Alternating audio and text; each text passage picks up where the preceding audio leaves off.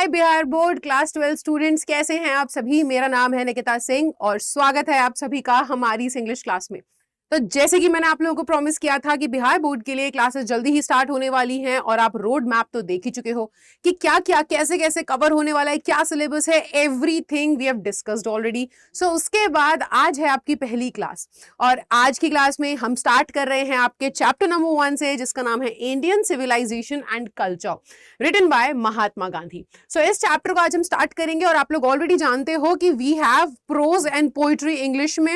आपके पास 2 बुक्स हैं, एक है स्टोरी ऑफ इंग्लिश, उसके बारे में बाद में बात करेंगे। पहले हम बात करते हैं हमारी मेन बुक के बारे में। सो उसमें प्रोज है, पोइट्री है, तो ये प्रोज का चैप्टर नंबर 1 है एंड साइड बाय साइड हम लोग एक चैप्टर प्रोज से करेंगे, फिर एक पोइट्री से, फिर एक प्रोज से, फिर एक पोइट्री से, इस तरीके से हम लोग चलेंगे। सो ये वीडियो जो है ये है वन शॉट, जिसके अंदर पूरा चैप्टर मैंने कोशिश की है बहुत ही बढ़िया तरीके से आप लोगों को समझाने की, डिटेल में एक्सप्लेन करने की। So line by line explanation होगा and everything that is important for your exams, यानी कि वो सभी चीजें जो आपके एग्जाम्स के लिए बहुत ज्यादा जरूरी है वो सारी की सारी इस वीडियो के अंदर डिस्कस की गई हैं और आपको बताया गया है कहां से कैसे पढ़ना है, क्या चीजें हैं। तो ये वीडियो आप जरूर देखिएगा। साथ ही साथ में एक और चीज जो है आपको बता दूं कि इस वीडियो के बाद ये डिटेल्ड एक्सप्लेनेशन होने वाला है। इसके बाद जो है आपके लिए आएगी एक वीडियो जिसके अंदर हम लोग बात करने वाले हैं इंपॉर्टेंट क्वेश्चंस एंड आंसर्स की, और साथ ही साथ प्रीवियस ईयर क्वेश्चन आंसर्स के भी बारे में बात हम लोग करेंगे। सो इस वीडियो के बाद आप उस वीडियो को जाकर के प्रैक्टिस भी कर सकते हैं देखने के बाद। चलिए तो शुरू करते हैं चैप्टर को एंड आई होप कि ये वीडियो आपको बहुत ही ज्यादा अच्छा लगने वाला है, अच्छे से आपको समझ में आएगा।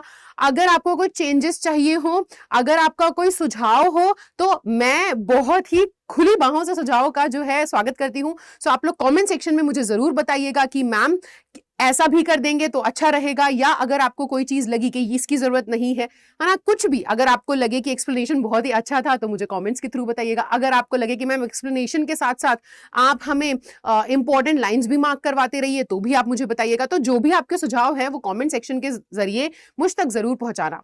चलो तो करते हैं शुरू। तो जैसे कि आप लोग जानते हो और आप लोग देख पा रहे हो कि ये जो चैप्टर है इंडियन सिविलाइजेशन एंड कल्चर, ये लिखा गया है महात्मा गांधी जी के द्वारा। अब महात्मा गांधी एक ऐसा नाम है जिसको परिचय की जरूरत है ही नहीं, आप लोग बहुत अच्छे से जानते हैं। हम इनको बापू नाम से भी जानते हैं, फादर ऑफ द नेशन भी बोला जाता है। So Indian civilisation and culture actual में ये ना एक निबंध है, ठीक है, जो कि लिखा गया था महात्मा गांधी जी के द्वारा। अब इसके अंदर वो बात करते हैं किस बारे में? सो इस चैप्टर के अंदर वो बात करते हैं बेसिकली भारतीय सभ्यता और संस्कृति के बारे में। हमारी वह सभ्यता जो आज की दुनिया में सब एक तो बहुत ही प्राचीन है, ठीक है, और साथ ही साथ सबसे ज्यादा आप कह सकते हो कि इज्जत की जाती है, लोग काफी पसंद करते हैं और बहुत ज्यादा चर्चित है आज के जमाने में। अब देखो ये चैप्टर जो है, ये जो निबंध है, ये बहुत पहले लिखा गया था, लेकिन आज का जो, अब इसमें आप ना ये भी देख पाओगे कि इस चैप्टर के अंदर, इस निबंध के अंदर बहुत सी बातें महात्मा गांधी जी ने बोली हैं जो कि उस पॉइंट ऑफ टाइम पे सत्य थी। आज भी कुछ कुछ बातें सत्य हैं, लेकिन बहुत से बदलाव आ चुके हैं। इस चैप्टर के अंदर वो बात करते हैं कि कैसे हम भारतीयों को दूसरी सभ्यता अपनाने की जरूरत नहीं है, क्योंकि हमारी खुद की सभ्यता में वो खुद की हमारी सभ्यता इतनी सक्षम है और इतनी प्यारी है और उसमें इतनी गहराई है और उसमें इतनी सारी चीजें हैं कि हम लोग को किसी और पर निर्भर होने की जरूरत नहीं है, हमें अपनी सभ्यता को बचाने की जरूरत है। लेकिन आज के माहौल में आप देख पा रहे हो कि हम लोग जो है वेस्टर्नाइजेशन का, वेस्टर्न कल्चर का प्रभाव हम पे भी पड़ चुका है, आजकल की जो जनरेशन है उस पे भी पड़ चुका है, ये नई पीढ़ी पर, और जैसे जैसे समय बढ़ता जाएगा वहां से हम और भी प्रभावित होते चले जाएंगे।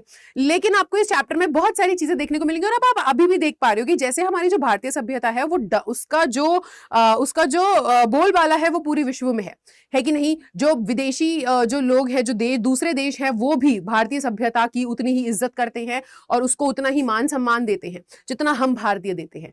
तो क्या कहते हैं, इसी चैप्टर के बारे में हम लोग पढ़ने वाले हैं। तो हम लोग स्टार्ट करते हैं बेसिकली, और हम लोग स्टार्ट करेंगे ऑथर के बारे में जानने से।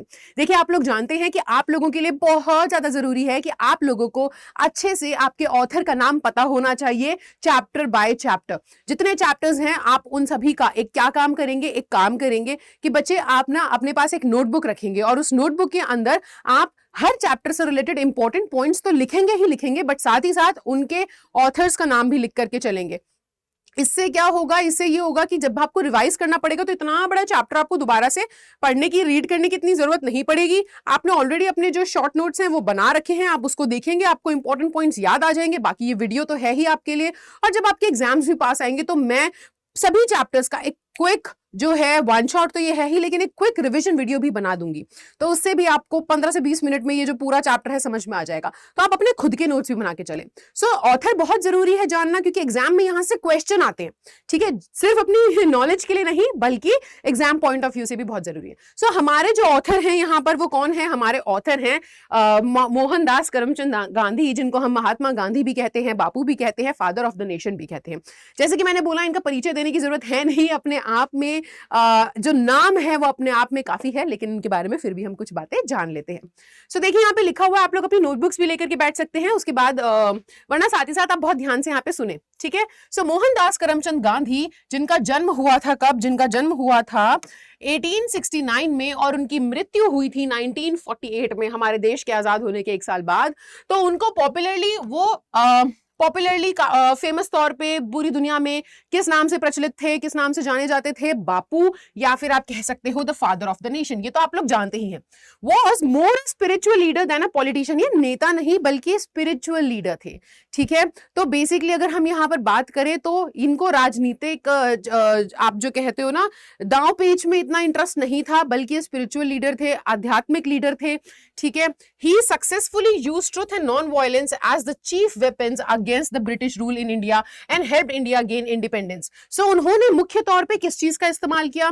इन्होंने मुख्य तौर पर इस्तेमाल किया था सत्य का और अहिंसा का, और यही दो इनके जो है ना मुख्य हथियार थे, जिनका इस्तेमाल करते हुए उन्होंने भारत को आजाद करवाया था ब्रिटिश राज से। जो अंग्रेजों का राज चल रहा था भारत पे, उनसे हमें आजादी दिलवाई थी, और मुख्य उनके वेपन्स कौन से थे? ट्रूथ एंड नॉन वायलेंस, ठीक है। From 1915 till 1948। अब यहां पर ये लिखा हुआ है, इतना आप इसे रीड करें अच्छे से, ठीक है, कि एक सेकेंड, 1915 से लेकर के 1948 तक ही कंप्लीटली डोमिनेटेड इंडियन पॉलिटिक्स। तो यहां पर वो बोल रहे हैं 1915 से लेकर के 1948 तक ना आपको हर जगह जो है महात्मा गांधी का ही नाम गूंजता था। हर एक बच्चा और हर एक व्यक्ति इनको जानता था, इनको पूजता था, और इनके इस हथियारों में भी विश्वास करता था। इन्होंने सत्य और जो अहिंसा का मार्ग है वो दुनिया को दिखाया था, और इसी के माध्यम से इन्होंने हमें आजादी भी दिलवाई थी। तो देखो, he died at the hands of a fanatic on 30 जनवरी 1948। आप जानते हैं कि इनकी मृत्यु कैसे हुई थी, है ना। तो इनको 1948 ये एक आप कह सकते हो एक पागलपना एक इंसान के सर पे सवार था, और उन्होंने इनकी मृत्यु मतलब इनका मर्डर हुआ था बेसिकली, तो उस प्रकार इनकी मृत्यु हुई थी। So his autobiography. अब ऑटोबायोग्राफी का मतलब क्या होता है? देखिए, ऑटोबायोग्राफी का मतलब होता है आत्मकथा, ठीक है। तो अब यहाँ पर अगर सोचिए, अगर मैं इतनी पॉपुलर हो जाऊं कि कोई इंसान मेरे ऊपर कहानी लिख डाले, मेरी जीवनी, है ना, कि मेरी जीवन की कहानी में कब मेरा जन्म हुआ, कैसे कैसे मेरी जिंदगी में क्या क्या चीजें हुई, और मेरे मृत्यु तक की पूरी कहानी अगर लिख डाले, तो वो होगी बायोग्राफी, ठीक है। लेकिन अगर मैं खुद बहुत फेमस हो जाऊं, देखो अभी तो मैं इतनी क्या, अभी तो हम कुछ भी नहीं है ना, इतनी इस लेवल तक पहुंचने में कि मेरे ऊपर बुक लिखी जाए और जनता उसको पढ़ना चाहे, उसमें बहुत अभी समय है, और पता नहीं कभी होगा भी नहीं होगा। लेकिन अगर मैं खुद इतनी पॉपुलर हो जाऊं, कभी हम मान लेते हैं, ठीक है, मैं बहुत सुपरस्टार बन चुकी हूँ और मैं पॉपुलर हो गई हूँ, और इतने पॉपुलर होने के बाद जनता मेरे बारे में पढ़ना चाहती है, मैंने अपने जीवन पे खुद ही अपनी कहानी लिख दी, अपनी जीवनी खुद ही मैं लिख रही हूँ, खुद ही बता रही हूँ कि क्या क्या हुआ था मेरे साथ, मेरा जीवन कैसा गया, तो उसे ऑटोबायोग्राफी कहते हैं, कि आप जो इंसान है वो खुद अपने जीवन के बारे में बता रहे हैं। तो महात्मा गांधी जी ने खुद ही एक किताब लिखी थी जो उनके ही जीवन के ऊपर थी, जिसका नाम था माई एक्सपेरिमेंट्स विद ट्रूथ। ये इनकी बुक का नाम है। एंड द न्यूमरस आर्टिकल्स, बहुत सारे आर्टिकल्स इन्होंने लिखे थे, जैसे for Young India and the speeches that he delivered on different occasions reveal him not only as an original thinker but also as a great master of chaste idiomatic English. अब वो बोल रहे हैं कि देखो, आप ना देखोगे इनकी किताब में, देखोगे इन्होंने जो अपने ऊपर एक किताब लिखी थी, अपनी जीवन गाथा, या फिर आप देखोगे बहुत सारी स्पीचेस इन्होंने जो दी, या बहुत सारे भाषण में जिन भाषणों में ये जो भारत की युवा लोग हैं, है ना, जो जनता है, उनको बता रहे थे, उनका मार्गदर्शन कर रहे थे, तो उसमें आप देखोगे कि इनकी इंग्लिश में कितनी अच्छी पकड़ है, ठीक है। सो इन द फॉलोइंग एक्सट्रैक्ट, अब ये जो एक्सट्रैक्ट है, एक्सट्रैक्ट यानी कि बेटा कोई बड़ी एक, देखो अगर कोई एक किताब लिखी गई है, उस किताब में से एक हिस्सा, एक भाग निकाल करके पेश किया जाए आपके सामने, तो उसे हम एक्सट्रैक्ट बोलेंगे कि इसको कहीं से लिया गया है। तो ये जो लिया गया है ना, ये extract Indian civilisation and culture, ये जो आप पढ़ रहे हो, ठीक है, ये इनकी कहानी में से लिया गया है जो इन्होंने लिखा था। और गांधी जी इसके अंदर बात करते हैं उस sound foundation of Indian civilisation which has successfully withstood the passage of time. So basically इस एक्सट्रैक्ट में इसमें इस पूरे निबंध में जो ये लिखा गया है इंडियन सिविलाइजेशन एंड कल्चर, इसके अंदर वो बात करते हैं कि कैसे कैसे समय की मार पड़ी है ना, समय गुजरता चला गया लेकिन फिर भी जो भारतीय सभ्यता है वो समय की मार को सहन करने के बाद आज भी उतनी ही मजबूती के साथ, उतनी ही ठोस तरीके से आज भी खड़ी हुई है, उसमें कोई बदलाव नहीं आया। ठीक है, the western civilization which has the tendency to privilege materiality can not match the Indian civilization that elevates the moral beings. वो कह रहे हैं ये जो पश्चिमी सभ्यता है, जो वेस्टर्न सिविलाइजेशन है, इन्होंने इसके अंदर क्या होता है, इसके अंदर ना लोग वस्तुओं के पीछे भागते हैं, मटीरियलिस्टिक थिंकिंग होती है, चीजें चाहिए, ये होना चाहिए, वो होना चाहिए, वो होना चाहिए, लेकिन नैतिक तौर पे उनके अंदर ना कोई आप कह सकते हो कि उनकी नैतिकता नहीं होती है, अंदर मोरालिटी नहीं होती है, सही गलत। अब लोग ना चीजों को पाने के चक्कर में है ना, और उस लालच के चक्कर में सही क्या गलत क्या सब भूल जाते हैं। लेकिन जो भारतीय सभ्यता है वो आज भी ये कहती है, हम आज भी सोचते हैं कोई गलत काम करने से पहले, है ना, हमारे अंदर का जो हमारी जो अंदरूनी आत्मा है, आज भी हमारी सोच ऐसी है, सभ्यता हमारी भारतीय सभ्यता में हमें बचपन से ये चीजें सिखाई गई हैं, हम ऐसे माहौल में पैदा हुए हैं कि हम आज भी मॉरल बीइंग के बारे में सोचते हैं, हम आज भी मॉरली सोचते हैं चीजों के बारे में कि क्या ये सही होगा, क्या ये गलत होगा, है ना। तो हम उस बेसिस पर चलते हैं, हम वस्तुओं के पीछे भागने के बेसिस पर नहीं चलते, वो ये बता रहे हैं। ठीक है, अब गांधी जी के बारे में पढ़ने के बाद हम लोग जान लेते हैं इस चैप्टर में क्या बात की जा रही है। ठीक है, क्योंकि बेसिकली आपको हो सकता है संक्षिप्त में या फिर आपको ये कह दिया जाएगा, देखो चैप्टर समझने के लिए भी बहुत जरूरी है कि आप पूरी इतनी बड़ी पिक्चर देखने जाओ, उससे पहले आप छोटा ट्रेलर देख लेते हो, ट्रेलर से भी आपको चीजें समझ में आ जाती है कि नहीं। तो ये एक छोटा सा ट्रेलर है जिससे आपको समझ में आएगा चैप्टर में बेसिकली है क्या, किस चीज पे बेस्ड है चैप्टर। सो समझने के लिए भी, चैप्टर को समझने के लिए भी जरूरी है, बाकी फिर आपको क्वेश्चन भी आ सकते हैं, तो क्वेश्चन में भी आपको छोटी सी समरी या फिर 2 लाइनों में अगर समराइज करना होगा तो यहां से आप लोग आंसर बना सकते हैं। तो ये जो एक्सट्रैक्ट है इंडियन सिविलाइजेशन और कल्चर, गांधी जी इलैबोरेट करते हैं कैसे इंडियन सिविलाइजेशन जो है बहुत बड़ी है उस वेस्टर्न सिविलाइजेशन से। क्यों? क्योंकि ये जो वेस्टर्न सिविलाइजेशन है ना, इतने सारे देश आए, इतनी सारी सभ्यता आई, और वो सभ्यता है ना वेस्टर्न सिविलाइजेशन के चक्कर में, दूसरों की सभ्यता अपनाने के चक्कर में अपनी सभ्यता उन्होंने खो दी, उनकी सभ्यता नहीं बची, उनका कोई वजूद नहीं बचा। लेकिन यहाँ पर क्या कह रहे हैं वो कह रहे हैं कि लेकिन हमारी भारतीय सभ्यता जो है उसने समय की मार को झेला है और फिर भी आज वो उतनी ही स्ट्रॉन्ग तरीके से, उतने ही अच्छे तरीके से है ना खड़ी हुई है आज भी। इसलिए वो कहते हैं कि वेस्टर्न सिविलाइजेशन से अच्छी तो हमारी भारतीय सभ्यता है। ठीक है, क्योंकि उसके रूट्स इतने, उसकी जड़ें इतनी स्ट्रांग हैं। Indian civilization has witnessed many civilizations grow and and because they worship materialism. वो कह रहे हैं भारतीय सभ्यता जिस दिन से थी उस दिन से लेकर आज तक हमारी सभ्यता टिकी हुई है, लेकिन इस बीच में हमने कितने देश और कितनी सभ्यताएं देखी जो शुरू हुई और खत्म हो गई, जो शुरू हुई और खत्म हो गई। क्यों? क्योंकि वो मटीरियल, वो वस्तुओं के बेसिस पर आधारित थी, है ना, वो मटेरियल को पूछती थी। लेकिन हम लोग किस चीज को पूछते थे? मोरालिटी को। ठीक है, हम मोरालिटी के बेसिस पे बात करते थे, स्पिरिचुअलिटी के बेसिस पे बात करते थे।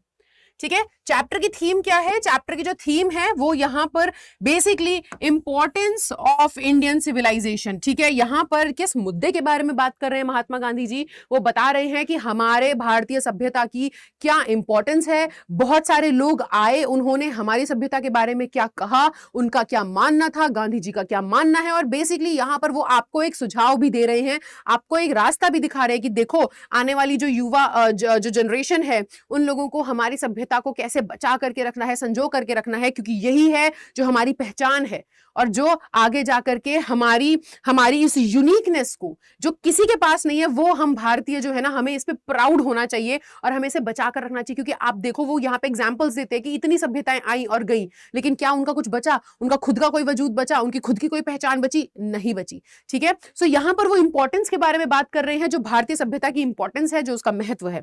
वो यहाँ पर कह रहे हैं कि कैसे जो basic character Indian civilization has kept its basic character very safe till now, कि कैसे जो इंडियन सिविलाइजेशन है उसने अपना जो बेसिक कैरेक्टर है, जो अपना बेसिक आप कह सकते हो, जो बेसिक उसका जो आधार है, उसने कैसे उसको अभी तक सेफ रखा हुआ है। ठीक है, it is unique and it can not be beaten in the world, कि हम बहुत अलग है दुनिया से, ऐसी सभ्यता कहीं नहीं है। हमारी सभ्यता इतनी रिच है, हमारी हिस्ट्री, हमारी संस्कृति इतनी रिच है। हम हर एक धर्म को, हम हर एक जात को, हम हर एक प्रकार के लोगों को, हर भाषा को, हर एक चीज को, है ना, हर चीज का मिश्रण है इसके अंदर। आपको हर एक प्रकार की अलग अलग सभ्यताएं एक साथ किस तरीके से रह रही हैं, किस तरीके हार्मनी से, किस तरीके से हार्मनी में काम कर रही हैं, वो आपको भारत में देखने को मिलता है। सो वो इसी चीजों के बारे में बात कर रहे हैं। ठीक है, देखो आगे वो बोल रहे हैं रोम। अब यहाँ चैप्टर में वो बात करते हैं रोम के बारे में, ग्रीस के बारे में, चाइना के बारे में, कि कैसे ये जो है ना, ये देश भी थे, इनकी भी सभ्यता थी, लेकिन इन्होंने पश्चिम सभ्यता को अपनाने के चक्कर में क्या कर दिया, इनकी खुद की सभ्यता, इनकी खुद का वजूद जो है मिट चुका है। अब कहते हैं ना कि देखो क्या वो कहावत है ना, हंस चला कौवा चला हंस की चाल, अपनी चाल भी भूला। वही वाली बात है कि आप किसी और का बनने के चक्कर में क्या है, आप अपनी जो यूनिक आइडेंटिटी है आपकी, है ना, वो आप खत्म कर चुके हो। तो इन देशों के साथ यही हुआ। ठीक है, फिर आगे वो बोलते हैं the people of those country believe in materialism, कि ये जो अब देश के लोग हैं ना, ये अपना क्या वस्तुीकरण, ठीक है, वो वस्तुओं में, उसके लालच में, मटीरियल, उसके पीछे भाग रहे हैं, है ना। बट जो भारतीय सभ्यता है वो नहीं बदली। It is really said that our mind is a restless bird. ये बहुत इंपॉर्टेंट है, ये पैराग्राफ आपको चैप्टर में पढ़ने को मिलेगा, है ना। तो वो कह रहे हैं कि जितना हमारा जो दिमाग है वो एक बेचैन चिड़िया की तरह है, जितना उसे चीजें मिलती जाती हैं वो उतनी ही बेचैन होती रहती है, बाकी चीजों को पाने के लिए कभी संतुष्ट नहीं होती। इस बारे में बात करते हैं गांधी जी इस चैप्टर के अंदर। Our ancestors did not want to live in cities and they believed in home rule. ठीक है, वो स्वराज, आप कह सकते हो कि वो होम रूल में, कि ना, है ना, अपने वो शहरों में नहीं रहना चाहते थे, वो अपने ही क्या कहते हैं, अपने ही गांव में अपनी ही जिंदगी वैसी ही बनाना चाहते थे, शहरों में उनको नहीं रहना था हमारे पूर्वजों को। The Indians believe in restriction but the people of western countries believe in materialism and human desires. अब हम लोग जो है ना भारतीय, वो किस बारे में मान करके चलते हैं, हम लोग ये मान करके चलते हैं कि देखिए जितना आप है उतने में संतुष्ट रहना सीखो, और आप उतने में, है ना, आपको अपनी इच्छाओं पर लगाम लगानी चाहिए। आपका दिमाग आपकी इच्छाओं के हिसाब से नहीं दौड़ना चाहिए, बल्कि इच्छाएं, है ना, आप ना इच्छाओं के चक्कर में आपको नहीं भागना है, आपको अपनी जिंदगी जीनी है और आपको इच्छाओं के ऊपर काबू रख के चलना है, अपनी इच्छाओं को काबू में रख के चलना है। ये हम भारतीयों को सिखाया जाता है, ये हमारी सभ्यता कहती है। लेकिन बाकी जो देश के लोग हैं वो क्या है, वो भागते हैं इच्छाओं के चक्कर में। आज ये मिल गया तो अब और चाहिए, फिर वो मिल गया तो और चाहिए, तो उनकी इच्छाएं कभी पूरी नहीं होती, इस वजह से वो दुखी रहते हैं। लेकिन हमें हमारी सभ्यता सिखाती है कि देखिए जितना है उतने में खुश रहना सीखो, अपनी इच्छाओं को काबू में रखना सीखो, क्योंकि इच्छाओं का कभी अंत नहीं होता है और आप इस तरीके से कभी खुश नहीं रह पाएंगे। ये हमारी सभ्यता सिखाती है। और लास्ट में वो कहते हैं कि हमारी जो सिविलाइजेशन और हमारा जो कल्चर है, हमारी सभ्यता और संस्कृति जो है, वो डिपेंड करती है किस तरीके से हमें अपनी इच्छाओं को काबू में रखना है, हमें सेल्फ कंट्रोल रखना है। ठीक है, और जो कि वेस्टर्न सिविलाइजेशन ह्यूमन वांट्स, इच्छाओं के बेसिस पर चलती है। चलिए, तो यहां से हमारा चैप्टर स्टार्ट हो रहा है। जो डिफिकल्ट वर्ड्स हैं उसके मीनिंग्स आपके सामने यहां पर मैंने लिख दिए हैं। ठीक है, सो यहां पर बोल रहे हैं, देखिए पहला पैराग्राफ है, I believe that civilization India has evolved is not to be beaten in the world. मैं मानता हूं, अब ये गांधी जी कह रहे हैं, मैं मानता हूं कि ये जो भारतीय सभ्यता, ये जो सभ्यता जो भारत ने क्या करी है, विकसित करी है, ठीक है, वो दुनिया में कभी उसको मारा नहीं जा सकता, उसको कभी पछाड़ा नहीं जा सकता। Nothing can equal the seed sown by our ancestors. ठीक है, वो कह रहे हैं कि ये जो क्या कहते हैं, ये जो सभ्यता है ये बहुत पहले से चलती आ रही है। तो हमारे जो पूर्वज थे उन्होंने जिस चीज की नींव रखी थी, उन्होंने सभ्यता की जो नींव रखी थी, उसको क्या नहीं कर सकते, उसको आप कभी भी, है ना, उसकी समानता कोई चीज नहीं कर सकती, उसके इक्वल में कुछ नहीं है। ठीक है, और वो आगे बोल रहे हैं कि देखो रोम वेंट, रोम गया, Greece shared the same fate, Greece का भी वही भाग्य हुआ, ग्रीस का भी वही किस्मत थी। ठीक है, रोम भी गया, ग्रीस भी गया, है ना। The might of the Feroz were broken, वो जो ताकत थी फेरोज की, इजिप्ट के बारे में बात कर रहे हैं, इजिप्ट के जो राजाओं थे उन्हें फेरोज बोलते हैं। ठीक है, तो कह रहे जो इजिप्ट की ताकत थी वो भी सब टूट गई। ठीक है, Japan has become westernised, Japan जो है वो क्या हो चुका है, वो भी पश्चिमी संस्कृति को पकड़ चुका है। ठीक है, of China nothing can be said, और चाइना के बारे में तो मैं बात ही नहीं कर सकता। लेकिन India is still somehow or other sound at the foundation। वो कह रहे हैं देखो हमारे जो पूर्वजों ने, हमारी जो ये जो भारतीय सभ्यता जो हमने विकसित करी है समय के साथ, इसका कोई मात नहीं है, इसको कोई मात नहीं दे सकता।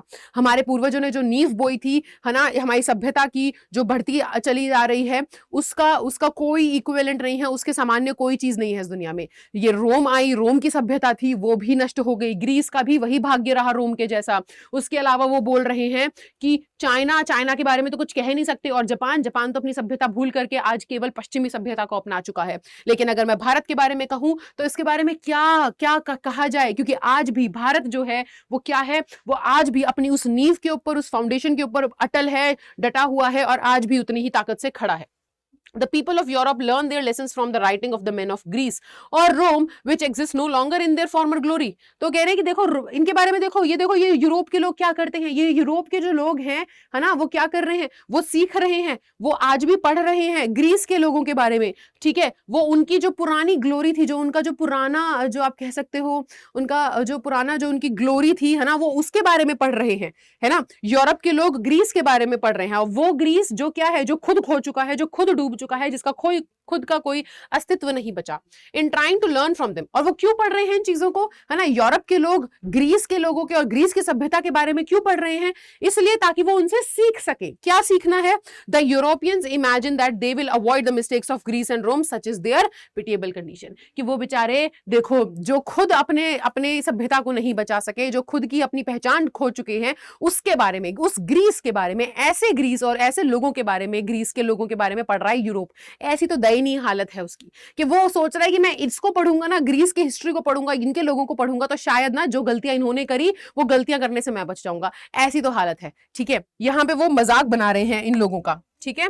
इन the midst of all this, वो कह रहे हैं इन सबके बीच India remains immovable and that is her glory. कह रहे हैं और इन सबके बीच जहां पे लोग अपनी सभ्यता को बचाने के लिए दूसरों की गलतियों से सीखना चाह रहे हैं, और जहां बाकी सभ्यताएं अपनी पहचान खो चुकी हैं, लुप्त हो चुकी हैं, खत्म हो चुकी हैं, उन सबके बीच भारत आज भी उसी शान के साथ खड़ा है। और भारत की जो सभ्यता है वो आज भी अटल है, और वो उसे कोई उसको हिला नहीं सकता है। It is a charge against India that her people are so uncivilized, ignorant and stolid that it is not possible to induce them to adopt any change। कहते हैं कि हमारे खिलाफ ये चार्ज लगाया जाता है, हमारे ऊपर ये इल्जाम लगाया जाता है कि भारत के लोग, अब यहाँ पर गांधी जी बोल रहे हैं हम पे ये इल्जाम लगाते हैं कि भारत के लोग अनपढ़ है, उनको कुछ समझाया नहीं जा सकता, बहुत ज्यादा जिद्दी है। सॉलिड का मतलब क्या होगा बच्चे? सॉलिड का मतलब होगा स्थिर, या फिर आप कह सकते हो बहुत ही ज्यादा जिद्दी।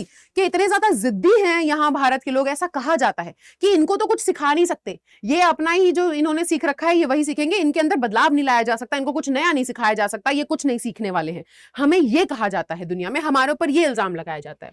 It is a charge really against our merit. वो कह रहे हैं कि ये लोग पता है किस पे, हमारी योग्यता पे सवाल उठाते हैं कि हम अनपढ़ हैं, है ना, कि हम क्या है, कि हम अनसिविलाइज्ड हैं, हम असभ्य हैं, हम अनपढ़ हैं, और हम इतने जिद्दी हैं कि हमारे अंदर कोई बदलाव नहीं लाया जा सकता, हमें कुछ सिखाया नहीं जा सकता। ये केवल हमारी इन सब चीजों के ऊपर ही जो है इल्जाम नहीं है, ये हमारी योग्यता पे इल्जाम है। What we have tested and found true on the anvil of experience, we dare not change, है ना। अब निहाई एनविल का मतलब, वो कह रहे हैं कि देखो जो हमने एक्सपीरियंस के तौर पे सीखा है, जो हमने अपनी क्या कहते हैं एक्सपीरियंस को हम हिंदी में क्या बोलेंगे, जो हम लोगों ने अपने एक्सपीरियंस, मेरे एकदम दिमाग से निकल रहा है, एकदम ऐसा होता है ना कई बार जबान पे होता है लेकिन वो वर्ड आ नहीं रहा होता बाहर, तो वो बोल रहे हैं कि हमने अपने एक्सपीरियंस, आप समझ रहे हैं, ठीक है। तो मुझे कमेंट करके बताना यार एक्सपीरियंस को हिंदी में क्या बोलते हैं। मेरे एकदम कई बार होता है ना दिमाग से शब्द एकदम याद नहीं आ रहा होता है, आपको पता है इसका मतलब कि आपके दिमाग में कहीं पीछे बैठा हुआ है पर वो सामने नहीं आ रहा है। सो हाँ ठीक है, तो वो कह रहे हैं कि देखो हम लोगों ने ना what we have tested and found, जो हम लोगों ने जिस चीज को टेस्ट किया और हमें फिर क्या मिला, हमें क्या हमने किसी चीज को ढूंढने की कोशिश करी और हम लोगों ने बहुत परखा चीजों को, और परखने के बाद हमें जो समझ में आया वो ये आया कि हम लोगों ने ना जो है ना, ये जो हमारी सभ्यता है, ये जो हमारी नॉलेज है, ये सारी चीजें हम लोगों ने अनुभव आप कह सकते हो एक तरीके से, ठीक है, हमने अपने अनुभवों से सीखा है और इसको हम बदलने नहीं वाले। अब कितना ही हम पे इल्जाम लगाएं, दुनिया कितना ही हम पे इल्जाम लगाएं, हम उसको नहीं बदलने वाले। Many thrust their advice upon India, बहुत से लोग जो है थोपते हैं अपने सुझाव, अपनी एडवाइस हम पर थोपते हैं। एंड शी remains steady, लेकिन फिर भी भारत जो है, लोग आके कहते हैं तुम्हें ये करना चाहिए, तुम्हें इस तरीके से रहना चाहिए, ये तो अनपढ़ लोग होते हैं, तो गवार लोग होते हैं, असभ्य लोग होते हैं भारत के। कहते हैं हमें मत बताइए, आप हमारी योग्यता पे सवाल उठा रहे हैं। अरे हमने बहुत एक्सपीरियंस करा, भारत ने बहुत कुछ देखा, भारत का इतिहास बहुत रिच है, हमने बहुत कुछ चीजों से गुजरे हैं, और इसलिए हमें नहीं बदलना। हमने जो भी अपने अंदर ये जो चीजें पैदा करी हैं, हमारी जो सभ्यता है वो एक्सपीरियंस के ऊपर बेस्ड है, हम नहीं बदलना चाहते। बहुत सारे लोग आए, बहुत सारे लोगों ने अपनी सुझाव हम पे थोपने की कोशिश करे, लेकिन फिर भी जो भारत है वो फिर भी स्थिर खड़ा है, ठीक है। दिस इज हर ब्यूटी, ये है भारत की खूबसूरती। It is the sheet anchor of our hope, यही हमारी, आप कह सकते हो शीट एंकर का मतलब है, आप कह सकते हो यही एक उम्मीद की किरण है, यही, ठीक है, उम्मीद की हमारी किरण है। Civilization is that mode of conduct which points out the man points out to man the path of duty. वो कह रहे हैं सिविलाइजेशन, अभी देखो बहुत इंपॉर्टेंट, सिविलाइजेशन कैसा कोड ऑफ कंडक्ट है, क्वेश्चन आ सकता है। तो सिविलाइजेशन एक इस तरीके का कोड ऑफ कंडक्ट है जो कि इंसान को उसका कर्तव्य का रास्ता दिखाता है, ठीक है। सिविलाइजेशन, सभ्यता क्या है? सभ्यता एक ऐसा तौर तरीका है, सभ्यता एक ऐसा तौर तरीका है जो इंसान को उसकी ड्यूटी, उसके कर्तव्य का रास्ता, उसके इंसान को सिखाता है अपने कर्तव्य के मार्ग पे चलना।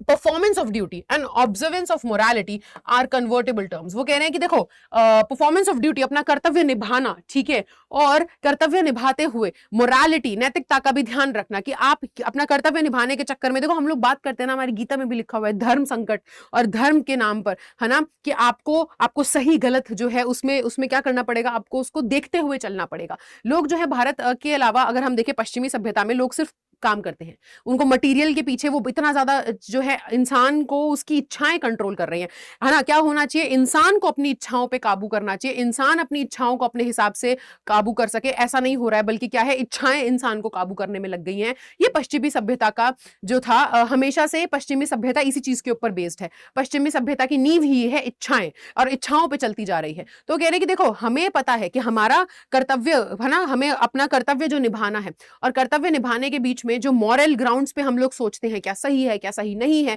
ना, ये जो हम सोचते हैं ना, ये क्या है, ये आपस में कन्वर्टेबल टर्म्स है, इनको आपस में परिवर्तन करा जा सकता है।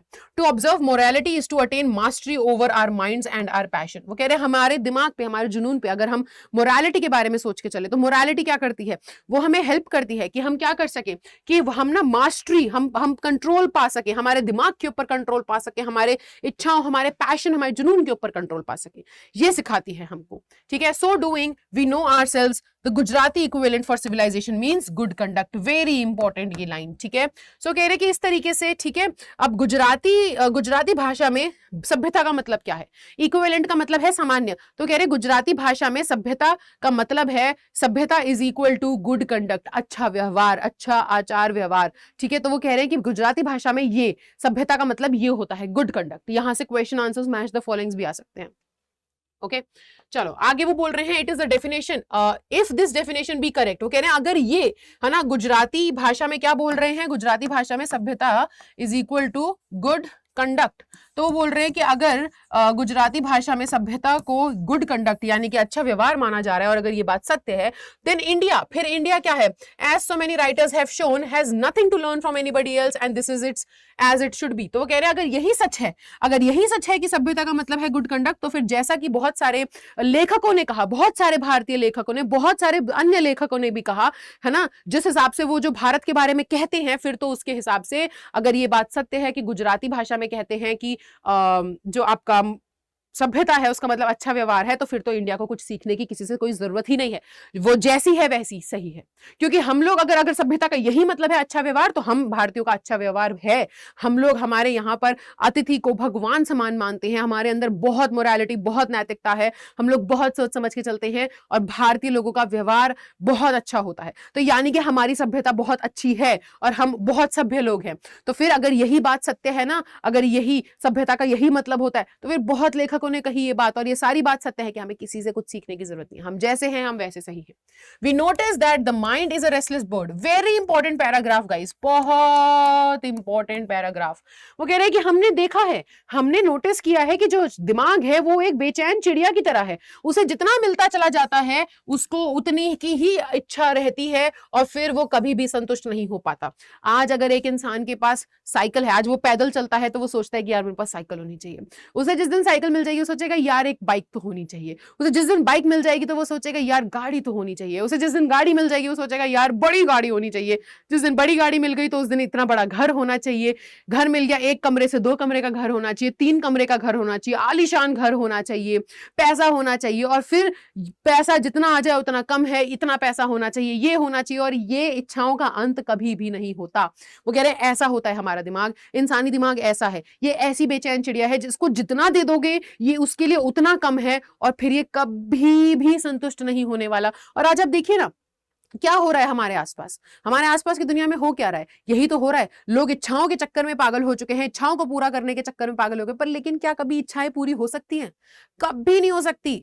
अरे मुकेश अंबानी के पास इतना पैसा है, वो चाहे तो क्या कुछ नहीं कर सकते, पर क्या उस इंसान ने करना बाकी चीजें छोड़ दी? वो क्या संतुष्ट हो चुके हैं कि इतना है, इतना बहुत है? नहीं, वो अभी भी चाह रहे हैं कि इससे भी ज्यादा हो, इससे भी ज्यादा हो, इससे भी ज्यादा हो। तो इच्छाओं का कोई अंत नहीं है, ठीक है? आप कभी संतुष्ट नहीं हो पाओगे। The more we indulge in our passions, वो कह रहे हैं आप जितना अपनी इच्छाओं में घुसेंगे, आप जितना अपनी इच्छाओं में इंडल्ज होंगे, उसमें जितना घुसने की कोशिश करेंगे, the more unbridled they become, यानी कि वो उतनी ही बेलगाम हो जाएंगी। तो आप जितना अपनी इच्छाओं को पूजोगे, आप जितना इच्छाओं को पूरा करने में जाओगे, आप जितना इच्छाओं में घुसोगे, इच्छाओं पे ध्यान दोगे, वो उतनी बेलगाम हो जाएगी। आज आपने इस इच्छा को पूरा किया, कल को ये, फिर ये, फिर ये, फिर ये।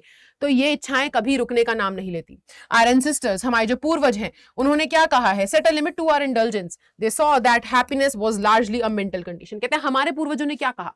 हमारे पूर्वजों ने अनुभव कर रखा है, उनके पास एक्सपीरियंस है। उन्होंने यही कहा कि अगर खुश रहना है तो खुशी क्या है? तो खुशी जो है वो दिमागी स्थिति है, वो चीजों से नहीं मिलती। आपको लगता है, और आज की जनरेशन में की प्रॉब्लम ही है, अगर आप अग्री करते हो तो जरूर मुझे कमेंट सेक्शन में बताना। क्योंकि देखो ना, आज की जनरेशन की प्रॉब्लम ही है। हम लोग क्या सोचते हैं? हम लोग सोचते हैं कि ये मिल गया तो फिर मैं खुश हो जाऊंगा, ये हो गया तो मैं खुश हो जाऊंगा, ये हो गया तो मैं खुश हो जाऊंगा, ये हो गया तो मैं खुश हो जाऊंगा। लेकिन वो खुशी कभी मिलती ही नहीं है।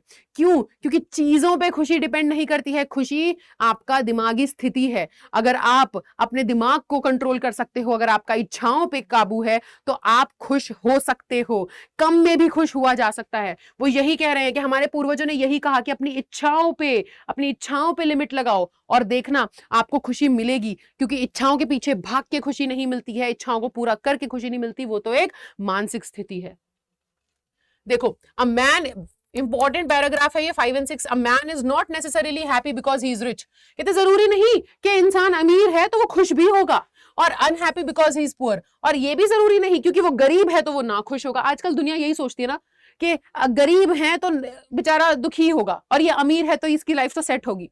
कि ऐसा जरूरी नहीं है। जो अमीर है वो खुश हो और जो गरीब है वो ना खुश हो, वो उदास हो, ऐसा जरूरी नहीं है। आप देखोगे ऑफन, अधिकतर जो रिच है वो क्या होता है? वो ना खुश होता है, और जो गरीब है वो खुश होता है। क्यों? क्योंकि गरीब जो है ना, गरीब को पता है कि मेरे पास इतना है, वो उतने में खुश रहता है। ठीक है, आज वो गया, उसने काम किया, उसे दिहाड़ी मिली, वो आया घर में, भर पेट उसने उस रात को खाना खाया, उसके परिवार ने खाना खाया, वो खुश है, वो संतुष्ट है, उसको उतने में खुशी मिल गई। लेकिन आप वहीं देखोगे जो अमीर लोग हैं वो वहां पे भी परेशान हो रहे होते हैं, चैन की नींद नहीं आ रही होती, रात को भी सोच रहे होते हैं कि ये हो गया, ये हो गया, ये हो गया, ये डील होनी है, ये अटक जाएगी, इस डील का इतना घाटा हो जाए, उनको कभी शांति नहीं मिलती। तो ऐसा कहना कि क्या कहते हैं अमीर हमेशा खुश रहता है और गरीब हमेशा दुखी, ये गलत है। अमीर को भी आप दुखी होते देखोगे और गरीब को आप खुशी में रहते देखोगे।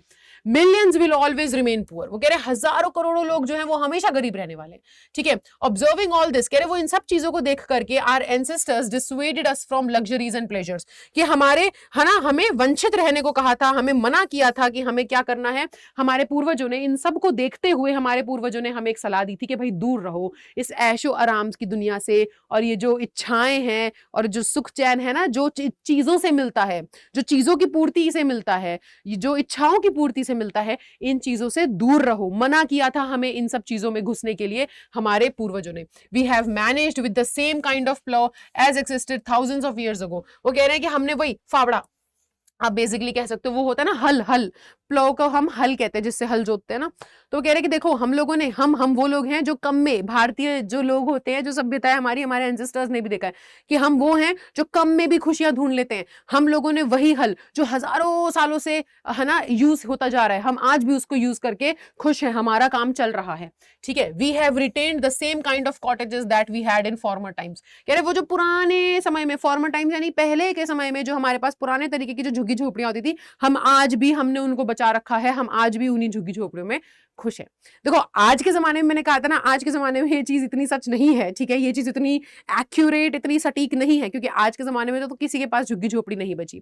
लेकिन वो फिर भी बोल रहे हैं कि देखो पहले के जमाने में बोल रहे हैं कि हमारे पास वही जो पुरानी टेक्निक्स, अब यहाँ पे हल का मतलब क्या है कि वही पुरानी टेक्निक्स जो थी ना हमारी, जिसमें हम लोग मेहनत, देखो जाहिर सी बात है, आप लोग भी जानते हो कि हमारी सभ्यता में भारतीय लोग क्या करते हैं, हम लोग ना मेहनत करके चीज को पाने में विश्वास रखते हैं, है कि नहीं? रखते थे, अब कह सकते हैं कि हमारे अंदर से हमेशा, हमारी सभ्यता, हमारे लोगों को हमारे संस्कृति ने हमें यही सिखाया, मेहनत करने से हम लोग आज भी अगर गांव चले जाओगे ना, तो गांव के लोग जो हैं वो क्या होता है, उनको चाहिए, वो मेहनती होते हैं, उन्हें मेहनत करनी होती है। वो आज भी सुबह 4 बजे उठते हैं, 5 बजे उठते हैं। आपके भी बहुत से मम्मी पापा दादा दादी होंगे, आप लोग मुझे जरूर बताइएगा कमेंट सेक्शन में अपना एक्सपीरियंस आपके यहाँ पे कैसा होता है। लेकिन बताइए क्या इसमें कुछ गलत है कि गांव में आज भी जो लोग होते हैं ना, वो मेहनत पे विश्वास करते हैं। वो आज भी उठ करके जाते हैं खेतों में काम करके आते हैं और फिर जाकर के रोटी खा करके रात को जो उनको सुकून की नींद आती है। लेकिन अगर उन्हीं इंसान को कह दिया जाए आपको कुछ करने की जरूरत नहीं है, तो उनसे नहीं बैठा जाता, क्योंकि हम लोग मानते ही इस चीज में है कि मेहनत करके खाने में जो मजा है ना, और जो संतुष्टि है वो ये आराम में नहीं है। तो वो यही कह रहे हैं कि देखो हम लोग ना हमेशा से हमारे पास जो वो टेक्निक्स थी, हम लोग उसी को आज भी संजो करके रखा है, हम उसी टेक्निक को आज भी यूज कर रहे हैं, आज भी हम वही हल चलाते हैं। हमें वो सादगी पसंद है। आज भी वो जो पुराने पहले के जमाने में इस्तेमाल होने वाले जो झुग्गी झोपड़ियां थी, हम आज भी उनमें रहने के लिए खुश हैं, हमने आज भी उनको संजो रखा है। And our indigenous education remains the same as before, कि हमारी जो भारतीय या देसी जो हमारी शिक्षा थी वो आज भी वैसी ही है। अब देखो आज के जमाने में वैसी नहीं है, लेकिन जब ये लिखा गया था चैप्टर, ये जो निबंध लिखा गया था तब के बारे में वो कह रहे हैं आज भी वैसी है। हम लोग ना एजुकेशन देखो भारतीय, आप देखो ना, जब पहले हमारे इतने ग्रंथ थे, इतनी जो हमारी एजुकेशन, इंडिया के पास one of the best education system था। आज का एजुकेशन सिस्टम जो है वो बहुत कंपटीशन के बेसिस पर चलता है ना, और तगड़ा कंपटीशन है हर एक चीज के अंदर। लेकिन वो कह रहे हैं कि देखो ना, पहले जो हमारा एजुकेशन सिस्टम था, आप खुद सोचिए, वो किसके ऊपर बेस्ड था, वो स्किल डेवलपमेंट के ऊपर बेस्ड था। जो राजा होते थे वो किसी गुरु के पास अपने बच्चों को भेजा करते थे और वहां जाकर के उनकी ट्रेनिंग होती थी, उनके अंदर स्किल्स डेवलप किया जाता था, उनको उनके संस्कृति के बारे में, उनको वेदों का ज्ञान दिया जाता था, और साथ ही साथ उनको वो सारी चीजें सिखाई जाती थी जो कि एक इंसान को जरूरत है कि वो जो राजा का बेटा है या राजकुमार है, कल को राजा बने तो वो अपनी प्रजा को संभाल सके, वो सारे गुण उसको उसके अंदर दिए जाते थे। तो हमारी एजुकेशन सिस्टम वैसी थी। तो वो कह रहे हैं कि देखो हम लोग का ना जो देसी एजुकेशन सिस्टम था ना, वो बहुत अच्छा था और आज भी वैसा ही है, आज के समय में नहीं, उस समय पर, ठीक है। तो वो बोल रहे हैं we had no system of life corroding competition, कि हमारे अंदर ना वो जिंदगी को तबाह कर देने वाला, कोरोडिंग यानी कि आप कह सकते हो धीरे धीरे करके सड़ा देने वाला, एक तरीके से ना, संचारण इसको बोलेंगे, लेकिन कोरोडिंग आप समझ सकते हो जैसे क्या होता है, जंग लग जाता है ना किसी लोहे में, है ना, तो वो कैसे धीरे धीरे करके खराब हो रहा होता है। कहते तो जिंदगी को खराब कर देने वाला कंपटीशन जो है ना, ये इसमें हम विश्वास नहीं करते। हमारा एजुकेशन सिस्टम वैसा ही है पहले जैसा। Each followed his own occupation और trade and charge regular wage. कह रहे हमारे यहाँ पे हर एक व्यक्ति जो है वो अपना काम करता था, ठीक है, अपना जो उसका ट्रेड है या जो भी उसका व्यवसाय है वो उसको करता था पूरा, और उसके बाद उसके बदले में वो एक जो है पैसे चार्ज करता था, उसको उतने पैसे मिल जाया करते थे। तो हर एक सिस्टमेटिक चीजों से चीजें हो रही थी। हम लोग को इतना पागलपना नहीं था कि ये होना चाहिए वो होना चाहिए, हमें अपनी जिंदगी ऐसे आसान बनानी है। हम लोग बहुत अपनी जिंदगी आसान तरीके से ही और सिंप्लिसिटी में, साधारणता में ही हम अपनी जिंदगी बहुत अच्छे से जी रहे थे। हर व्यक्ति जानता था उसको क्या काम करना है, वो अपना उतना काम करता था, पैसे कमाता था, ठीक है।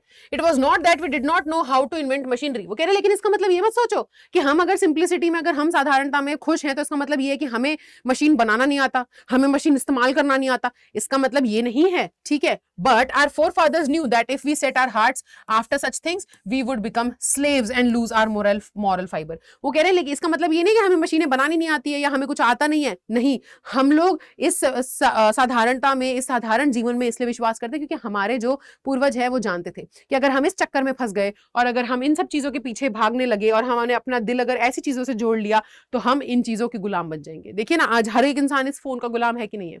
आप एक ही घर के अंदर होते हुए सब लोग अपने घर में सबके पास फोन होता है और सब उसी फोन से बंधे होते हैं। तो इंसान फोन को नहीं चला रहा है, असल में फोन इंसान को चलाने लग गया है। इन वस्तुओं से, इन गैजेट्स से, ये जो हमारे पास इतने सारे टेक्निकल ये टेक्नोलॉजी आ चुकी है, इस टेक्नोलॉजी ने इंसान को चेन से बांध दिया है।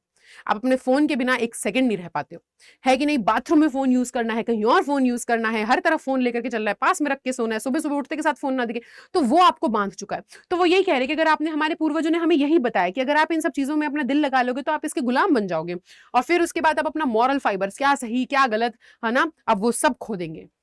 They therefore after due deliberation, तो कह रहे हैं decided that we should not only do what we could with our hands and feet. सो वो बोल रहे हैं कि देखो काफी सोच विचार के बाद, ठीक है, इस वजह से काफी सोच विचार के बाद डिसाइड किया कि वी शुड, कि हमें केवल वही करना चाहिए जो हम अपने हाथ, और देखो वही वो कह रहे हैं कि ना शारीरिक परिश्रम जो है ना वो बहुत जरूरी है, और हमारे भारत में हमेशा से इस बात को बहुत महत्व दिया गया है कि शारीरिक परिश्रम की महत्वता अलग ही है, वो बहुत ज्यादा जरूरी है। और जो काम आप अपने हाथ पैर से कर सकते हैं तो उसके लिए आपको मशीनों की जरूरत नहीं है, क्योंकि अगर आपने मशीनों का इस्तेमाल करना चालू कर दिया तो आप एक दिन उसी मशीन के गुलाम भी बन जाएंगे। ये हमारे पूर्वजों का कहना था। They saw that our real happiness and health considered in a proper use of our hands and feet. वो कह रहे हैं कि हमारे पूर्वजों को पता था कि असलियत में जो खुशी है वो अपने इस शरीर के हर अंग का अच्छे से इस्तेमाल करने से है। हाथ पैर भगवान ने दिए, इसका इस्तेमाल करने से असली खुशी है। घर बैठे बैठे हर एक चीज हो जाए इसमें खुशी नहीं है। इतना आई होप आप लोगों को समझ में आया कि नहीं, मुझे प्लीज बताइएगा आपको टीचिंग स्टाइल अच्छा लग रहा है, आपको सारी चीजें समझ में आ रही हैं कि नहीं। ठीक है, ये देखो ये क्लास जो है, ये सारी क्लासेस मैंने आप लोगों के लिए बनाई ही इस चक्कर में है कि ना कोई डिस्टर्बेंस ना हो, मैं प्रॉपर तरीके से, बढ़िया तरीके से, अच्छे तरीके से एक झटके में आपको सारा का सारा प्रॉपर कंटेंट आप तक पहुंचा सकूं, आपको अच्छे से चीजें समझा सकूं कि चाहे फिर अभी हो या एग्जाम के टाइम पर हो, आप इस वीडियो को देखें और आपको चैप्टर अच्छे से समझ में आ जाए। सो मुझे जरूर बताइएगा कि आपको पढ़ाने का स्टाइल समझ में आ रहा है कि नहीं आ रहा है, आपको चीजें सही लग रही है कि नहीं लग रही है। अगर कोई सुझाव हो तो कमेंट सेक्शन में जरूर दीजिएगा। ठीक है बच्चे, चलो आगे देखिए। सो पैराग्राफ नंबर 7 वो बोल रहे हैं, they further reason that large cities were a snare and useless encumbrance and that people would not be happy in them and they were that there would be gangs of thieves and so कह रहे कि देखो उनका ना बाकी ये कहना का मतलब था। अब ना यहाँ पे वो कह रहे कि हमारे पूर्वज क्यों कहते थे कि सिटी में मत रहो, शहर में मत रहो, अपने गांव में ही खुश रहो। ठीक है, तो ऐसा हमारे पूर्वजों का कहना क्यों था? वो हमारे पूर्वजों का कहना इसलिए था, उन्होंने ये कारण दिया कि देखो जो बड़े बड़े शहर हैं वो जाल हैं, कुछ नहीं है, वो जाल हैं। और वो क्या है, और वो एक ऐसा यूजलेस भार है लोगों के ऊपर, क्योंकि लोग उनमें कभी खुश नहीं रह पाएंगे, क्योंकि हमारे लोग हैं बहुत सीधे, हमारे भारतीय हैं बहुत सीधे। और क्या है, और शहरों में तो लुटेरों की गैंग रहती है, चोरों की गैंग रहती है, रॉबर्स रहते हैं, प्रोस्टिट्यूशन वैश्या होती हैं, वाइस फ्लरिशिंग है ना, गलत गलत काम हो रहे हैं वहां पर। और and that poor main would be robbed, और वो कह रहे हैं कि और ऐसे हमारे जो गरीब सीधे साधे जो भारतीय लोग हैं उनको वहां लूट लिया जाएगा। किन के द्वारा? ये अमीरों के द्वारा। They were therefore satisfied with small villages. वो कह रहे हैं इस वजह से हमारे पूर्वज जो है वो छोटे छोटे गांव से ही खुश थे, उस सादे जीवन से ही खुश थे। ठीक है, they saw that kings and their swords were inferior to the swords of ethics and they therefore held the sovereigns of the earth to be inferior to the rishis and the fakirs। वो कह रहे हैं कि देखो हमारे जो हमारे पूर्वज है ना, वो देखते थे, वो जानते थे, उनको पता था कि ये जो राजाओं की जो तलवारें होती है ना, ये तलवारें भी क्या हैं, ये तलवारें भी बहुत छोटी हैं।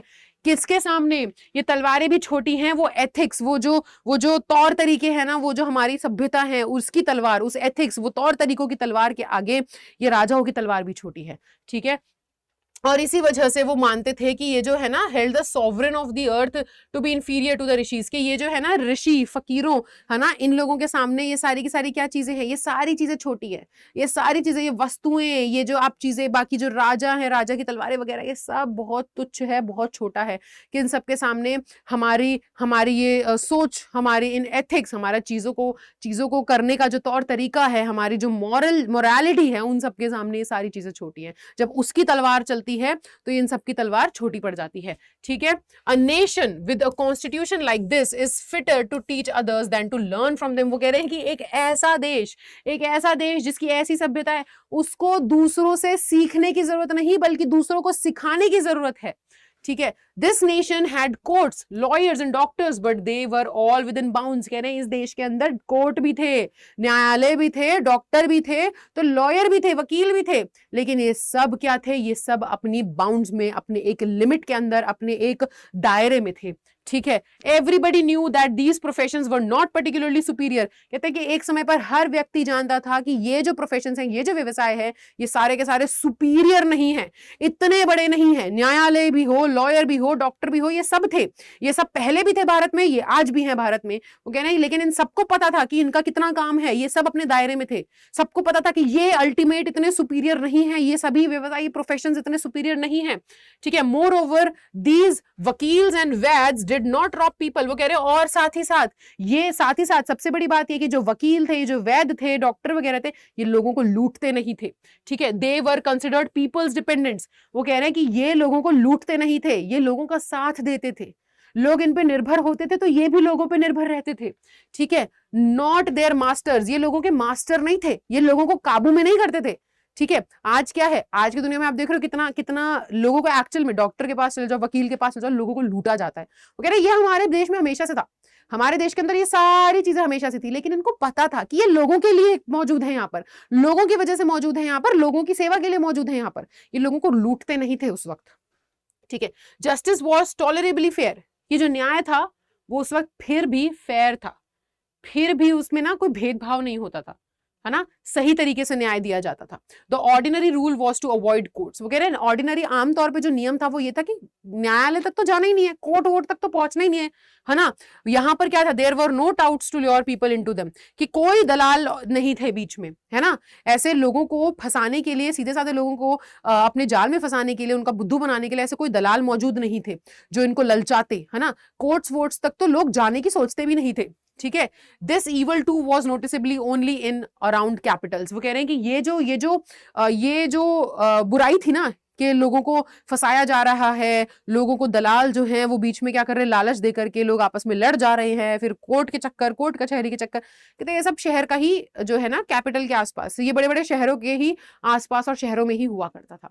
तो वो यही बता रहे हैं कि देखो ना, कि देखो पहले दो सभ्यताओं को आप समझो कि कैसे हमारी भारतीय सभ्यता कितनी अलग रही है, कितनी अच्छी रही है, हमें लोगों से सीखने की नहीं बल्कि लोगों को सिखाने की जरूरत है। और फिर वहीं पे वो बता रहे हैं कि हमारे पूर्वज हमें क्या क्या सिखा के गए अपने एक्सपीरियंस से, वो ये सिखा के गए कि इच्छाओं के पीछे नहीं भागना है, इच्छाओं को काबू में रखना है तो आप खुश रहोगे। हमारे पूर्वजों ने हमें बताया कि भाई देखिए, ये ना इच्छाओं को पूरा करके खुशी नहीं मिलेगी, बल्कि खुशी जो है वो मानसिक स्थिति है। अगर आप देखो, वही वाली बात है ना, ग्लास है आपके सामने, ठीक है, ग्लास आधा खाली भी है तो आधा भरा भी है, तो जो इंसान को आधा खाली दिखेगा ना, उसका नजरिया ही वैसा है, तो वो हर एक चीज को क्या करेगा, हर एक चीज के पीछे भागेगा और हर एक चीज में नेगेटिविटी देखेगा और वो कभी खुश नहीं रह पाएगा। लेकिन वही एक इंसान जो सोच रहा है ना कि इतना भरा भी तो है ना, तो वो उसकी मानसिक स्थिति है और वो उतने में खुश हो जाएगा और वो हर चीज में खुशी ढूंढ रहा होगा। तो कहते हैं मानसिक स्थिति है। हमारे पूर्वजों ने हमें ये बताया, पूर्वजों ने हमें ये भी बताया कि देखो आप जो हो ना, छोटे छोटे शहरों में ही खुशियां हैं, छोटे छोटे गांव में ही खुशियां हैं, ये बड़े बड़े शहरों में कुछ नहीं है, लूटपाट है। ये जो गांव के लोग हैं अगर शहरों में पहुंच गए तो अमीर लोग इनको चील कौओं की तरह नोच के खा जाएंगे, इनको लूट लेंगे, इनका शोषण होगा वहां पर। ठीक है, ये सारी चीजें बताई जा रही हैं। वो आगे बोल रहे हैं the common people lived independently and followed there agricultural occupation, they enjoy true home rule. वो कह रहे हैं कि जो कॉमन जो पीपल थे ना, ये जो आम आदमी था, वो क्या करता था, वो अपना बिना किसी पे डिपेंड हुए, बिना किसी पे डिपेंड हुए वो अपना एग्रीकल्चरल, वो खेती बाड़ी करता था। ठीक है, और वो स्वराज में, वो अपने होम रूल में ही बिलीव करता था। क्या सभी को इतना समझ में आ गया है? जल्दी से मुझे एक बार बताएं, किसी को कोई डाउट तो नहीं है? जल्दी जल्दी बताओ।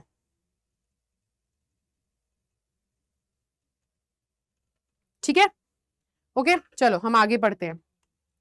अच्छा, paragraph number 9, the Indian civilisation as described by me. वो कह रहे हैं कि देखो भारतीय सभ्यता अगर मैं अपने हिसाब से वर्णन करूं तो क्या है, has been so described by its votaries यानी कि मतदाता। तो कह रहे हैं जैसा मैं बता रहा हूं ना भारतीय सभ्यता को, वैसा ही उसके मतदाताओं ने भी उसको बताया है। ठीक है, in no part of the world and under no civilization have all men attained perfection.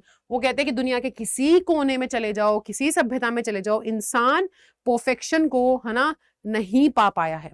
कि आप कहो कि परफेक्ट है, इसमें कोई गलती नहीं है ऐसा कहीं मुमकिन नहीं हुआ है। ठीक है, the tendency of Indian civilization is to elevate the moral being, that of the western civilization is to propagate immorality. तो कह रहे हैं कि देखो हम ना किसी भी दुनिया में चले जाओ, कहीं पे भी चले जाओ, हर एक चीज परफेक्ट तो होती नहीं है। ठीक है, हर एक चीज में अपनी अपनी कमियां हैं, लेकिन भारतीय सभ्यता क्यों बेहतर है ना, हम इसे परफेक्ट नहीं कह रहे, अपनी कमियां हर जगह पर है, लेकिन भारतीय सभ्यता जो है वो क्यों इतनी बेटर है? वो बेटर इस वजह से है क्योंकि भारतीय सभ्यता जो है ना, वो मॉरल बीइंग को, उसका कहना है, वो जो मॉरल बीइंग है, जो नैतिकता है, वो उसको प्रमोट करती है, वो उसको बढ़ावा देती है, वो उसको बढ़ावा देती है। लेकिन वहीं पर क्या है, वहीं पर जो क्या कहते हैं वेस्टर्न सिविलाइजेशन है, वो किस चीज को बढ़ावा देती है, वो किस चीज का प्रचार करती है? वो प्रचार करती है इमोरलिटी का, गलत कामों का। ठीक है, तो वो इस बारे में बात कर रहे हैं कि हमारे अंदर परफेक्शन नहीं है। ठीक है, आप ये ना समझे कि हमारे अंदर परफेक्शन है, हमारे अंदर परफेक्शन नहीं है, लेकिन जो हमारी सभ्यता है, हमारी सभ्यता क्या करती है? हमारी सभ्यता सदाचार का साथ देती है और उसको प्रमोट करती है कि लोगों को क्या होना चाहिए, लोगों को सदाचार के रास्ते पे चलना चाहिए। लेकिन वहीं पर वो बोल रहे हैं कि यहाँ पे क्या होता है जो आपका जो वेस्टर्न सिविलाइजेशन है वो किस चीज को बढ़ावा देती है, वो अधर्म को बढ़ावा देती है। The latter is godless, the former is based on believe in God. वो कह रहे हैं जो जो लैटर यानी कि जिसके बारे में बाद में बात की गई है, तो बाद में बोला गया है वेस्टर्न सिविलाइजेशन के लिए, तो कह रहे हैं कि ये जो बाद में जिसके बारे में बात कही है ना, वेस्टर्न सिविलाइजेशन, पश्चिमी सभ्यता, ये भगवान में नहीं मानती। और जो पहली है यानी कि भारतीय सभ्यता के बारे में पहले बात हुई थी, ये किस चीज पे टिकी हुई है, ये भगवान में विश्वास करने पर टिकती है। ठीक है, so understanding and so believing, है ना, it behoves every lover of India to cling to the old civilization even as a child clings to the mother's breast। so वो बोल रहे हैं कि देखो इसलिए इसको समझना, ठीक है, सो अंडरस्टैंडिंग, ठीक है, एंड सो बिलीविंग, तो भगवान को अगर आप मान करके चलते हो और अगर आप उसमें बिलीव करके चलते हो, ठीक है, तो वो क्या करता है, वो बिहोव करता है। बिहोव का मतलब यहाँ पर क्या होगा, बिहोव का मतलब आप कह सकते हो उपयुक्त, है ना, तो वो क्या करता है, वो हर एक जो भारतीय है, जो भारत से प्यार करता है, जो भारतीय है या जो भारतीय सभ्यता से प्यार करता है ना, तो यहाँ पे ये जो हम लोग है ना, वो कह रहे हैं बेसिकली, देखो यहाँ पे वो ये कह रहे हैं कि देखो जो पश्चिमी सभ्यता है वो भगवान में नहीं मानती, उनके अंदर अनैतिकता, अधर्म इसलिए है क्योंकि वो भगवान में मानते ही नहीं है, उनका भगवान में विश्वास ही नहीं है, उनके लिए तो सब कुछ चलता है, ठीक है, आप कुछ ही करिए, वो नहीं सोच के चलते कि भाई कोई है, कोई सुप्रीम गॉड है जो हमें देख रहा है, हमें धर्म के रास्ते पे चलना है। लेकिन यहीं पर भारतीय सभ्यता जो है वो धर्म के रास्ते पे चलती है। तो इसी वजह से वो कह रहे हैं, इसी वजह से क्या होता है, इसी वजह से ना जो हर एक भारतीय जो भारतीय है, जो भारतीय सभ्यता से प्यार करता है, तो भारतीय सभ्यता हमें ना, वो उस इंसान को ना भारतीय सभ्यता से क्लिंग करके, चिपक के रहना चाहिए, जैसे जैसे एक बच्चा जो है अपनी माँ से चिपक करके रहता है। वो कह रहे देखो, I am no hater of the west, कि ये मत समझना कि मुझे पश्चिमी लोगों से कोई दिक्कत है, कि मैं उनसे नफरत करता हूं, नहीं।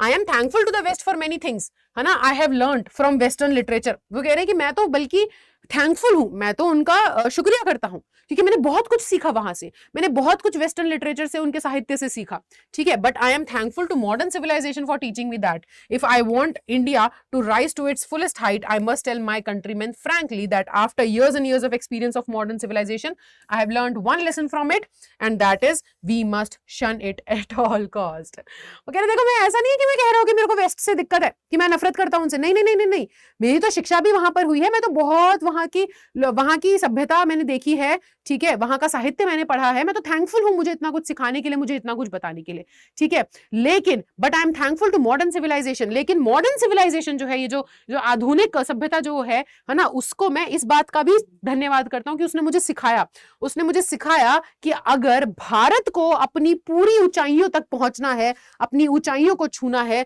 तो मेरे को ये बताना जरूरी है अपने देशवासियों को कि भाई इतना एक्सपीरियंस है मुझे, ठीक है। अब देखो यहाँ पे वो क्या समझाना चाह रहे हैं आपको, बहुत ही बढ़िया तरीके से, बहुत प्यारी लाइन है। वो ये कहना चाह रहे हैं मेरे को वेस्ट से दिक्कत नहीं, मुझे पश्चिम से दिक्कत नहीं है, पश्चिमी लोगों से दिक्कत नहीं है, उस सभ्यता से दिक्कत नहीं है, मैं तो बल्कि उनका धन्यवाद करता हूँ कि मेरे को बहुत कुछ सिखाया तुमने, वहां के साहित्य से मैंने बहुत कुछ सीखा। लेकिन मॉडर्न सिविलाइजेशन जो है ना, ये जो आधुनिक सभ्यता जो है ना, इससे मैं एक और चीज सीखता जा रहा हूँ, और वो ये चीज सीखी है मैंने कि मेरे को अगर मेरे देश को अगर मेरे भारत को अपनी ऊंचाइयों तक पहुंचना है और उन ऊंचाइयों को छूना है, तो ये जरूरी है कि मैं अपने हर एक देशवासी तक ये बात पहुंचाऊं और हर एक देशवासी को ये बात कहूं कि भाई देखो, इतना एक्सपीरियंस है मुझे, है ना, इतना एक्सपीरियंस मैंने मॉडर्न सिविलाइजेशन का ले लिया है, आधुनिक सभ्यता का ले लिया है, कि मैं अब तुम्हें ये समझा सकता हूं कि अगर भारत को इस हाइट पर, इस ऊंचाई पे पहुंचाना है, तो मॉडर्न सभ्यता को हर कीमत पर दूर रखा जाए, अपने से शन मतलब कि बंद कर दिए जाए उसके द्वार, उसको एक्सेप्ट ना किया जाए, ठीक है। वो ये कहना चाह रहे हैं यहाँ पर। देखो, what is that modern civilization. अब यहाँ पे एक क्वेश्चन आता है, ये क्वेश्चन एग्जाम में भी आ सकता है। वो कह रहे हैं अभी मॉडर्न सिविलाइजेशन क्या है, अभी तक तो वेस्टर्न सिविलाइजेशन के बारे में बात कर रहा था, और वेस्टर्न सिविलाइजेशन किस चीज के ऊपर बेस्ड है, मटीरियलिज्म के ऊपर बेस्ड है, और किस चीज के ऊपर बेस्ड है, ह्यूमन वांट्स के पीछे भागना, ठीक है, क्योंकि इच्छाएं इंसान को कंट्रोल कर रही है, इंसान इच्छाओं को कंट्रोल नहीं कर रहा। और वेस्टर्न सिविलाइजेशन किस पे बेस्ड है, वेस्टर्न सिविलाइजेशन गॉडलेस है, उसमें कोई भगवान नहीं है। अब वो बोल रहे हैं कि मैंने मॉडर्न सिविलाइजेशन से क्या सीखा, मैं तो शुक्रिया करता हूं मॉडर्न सिविलाइजेशन को, उसने मुझे ये सिखाया कि मुझे अपने देशवासियों को एक्सपीरियंस के थ्रू, मैंने मॉडर्न सिविलाइजेशन एक्सपीरियंस करी है, तो उस एक्सपीरियंस के थ्रू मैंने उससे ये सीखा है कि मुझे अपने देशवासियों को बताना है कि इससे दूर रहो, इसको तो बिल्कुल मत अपनाओ, है ना। तो क्या है ये modern civilization, it is the worship of material. ये जो आज के जमाने की जो आधुनिक सभ्यता है ना, वो क्या है, वो कुछ नहीं है, बस वस्तुओं की पूजा है, ठीक है। It is the worship of the brute in us, it is unadulterated materialism, and modern civilisation is nothing if it does not at every step of triumph of material civilisation. वो कह रहे हैं कुछ नहीं है ये, ये सिर्फ इच्छाओं के पीछे, वस्तुओं के पीछे भागना है। अगर वस्तुएं ना हो और अगर इच्छाएं पूरी ना हो ना, तो मॉडर्न सिविलाइजेशन कुछ नहीं है। ये केवल हर एक मकाम पर, हर एक कदम पे क्या सिखाता है, ये मिल गया, अब इसको चाहिए, अब ये चाहिए, अब ये चाहिए, अभी हमारे पास इतने वाले फोन थे, अब हमें फोन के अंदर गेम भी खेलना है, अब हमें फोन के अंदर वीडियो कॉलिंग भी करनी है, अब हमें फोन के अंदर ये भी चाहिए, ये भी चाहिए, ये भी चाहिए, ये भी, इसका कोई अंत नहीं है। यही है मॉडर्न सिविलाइजेशन। ये सिर्फ पूछता है वस्तुओं को, ठीक है। इट इज परहैप्स अननेसेसरी, वो कह रहे हैं ये तो फिर बहुत ही अनावश्यक है, इफ नॉट यूजलेस, है ना, to weigh the merits of two civilization. वो कह रहे हैं कि देखो ये बहुत ही अनावश्यक है कि अगर मैं दोनों ही सभ्यताओं की योग्यताओं को तुलना करने बैठूं, ये बहुत ही ज्यादा बेकार है, व्यर्थ बात है। It is likely that the west वो has evolved a civilisation suited to its climate and surroundings, and similarly we have a civilisation suited to our conditions, and both are good in their own respective spheres. वो कह रहे देखो दोनों civilisations की, दोनों सभ्यताओं की योग्यता को आपस में तुलना करी जाए, वो बहुत ही व्यर्थ है। क्यों? क्योंकि उन्होंने अपनी सभ्यता अपने अपने हिसाब से, अपने अपने आप कह सकते हो कि अपने क्लाइमेट के, अपने वातावरण के हिसाब से अपनी सभ्यता बनाई है, निर्माण किया है। वैसे ही हमारी सभ्यता हमारे वातावरण के हिसाब से, हमारी चीजों के हिसाब से बनी गई है। तो दोनों का आपस में तुलना करना बहुत ही बेकार हो जाएगा, क्योंकि दोनों ही अपने अपने स्फेयर्स में, अपने अपने तौर तरीकों में क्या है, अपने अपने तौर तरीकों में ठीक है, ठीक है, उसमें कोई कमी नहीं है, उसमें कोई दिक्कत नहीं है। The distinguishing characteristic of modern civilisation is an indefinite multiplicity of human wants. वो कह रहे हैं कि देखो मॉडर्न सिविलाइजेशन का जो एक कैरेक्टरिस्टिक है ना, वो ये है क्या, कि इसके अंदर ना जो ह्यूमन वांट्स हैं, जो इंसान की इच्छाएं हैं, वो क्या होती रहती है, मल्टीप्लाई करती रहती है, वो खत्म नहीं होती है, वो कभी रुकती नहीं है। आप लोगों को इतना समझ में आया? क्लियर है क्या सभी को? ठीक है। The characteristic of ancient civilization is an imperative restriction upon and strict regulating of these wants. वो कह रहे हैं कि देखो मॉडर्न सिविलाइजेशन किस चीज के ऊपर आधारित है, वो आधारित है कि जो वांट्स हैं, जो इच्छाएं हैं, वो बढ़ती चली जाती हैं और उनको पूरा करते चले जाना है। लेकिन हमारी सभ्यता क्या सिखाती है? हमारी सभ्यता इस पे बेस्ड है कि इच्छाओं का तो कोई अंत नहीं है, इनको काबू में करके चलिए, ठीक है, इनके पीछे मत दौड़िए, इनको अपने काबू में रखिए, ये सिखाती है। द मॉडर्न और वेस्टर्न इनसेशिएबलनेस, इनसेशिएबलनेस यानी कि असंतुष्टि, कितना ही मिल जाए, कभी मिल जाए, जो भूख है वो कभी खत्म नहीं होने वाली, ये होता है। तो कहते हैं जो मॉडर्न इनसेशिएबलनेस है arises really from want of living faith in a future state and therefore also in divinity. The restraint of ancient or eastern civilization arises from a belief often in spite of ourselves in a future state and the existence of a divine power. देखो सीधी सी बात वो ये कह रहे हैं कि यहाँ पर जो है ना, यहाँ पर देखो मॉडर्न या वेस्टर्न सिविलाइजेशन जो है ना, ये असंतुष्टि है इनके अंदर। क्यों ये असंतुष्टि कहाँ से आती है? ये असंतुष्टि इस वजह से आती है कि जो इंसान ये ना फ्यूचर में जीते हैं कि हमें ये चाहिए होगा, ये चाहिए होगा, ये चाहिए होगा, ये चाहिए होगा, और वो चीजें चलती चली जाती हैं। लेकिन हम जो है, हम किस चीज में मान करके चलते हैं? हम इस चीज में मान करके चलते हैं कि ठीक है, आपको क्या है, आपको अपनी इच्छाओं को काबू में रख करके चलना है, और तभी आप जो है खुशी पा सकते हो। क्योंकि वही क्या होता है, ये एक हैप्पीनेस डिपेंड करती है मेंटल स्टेट पर।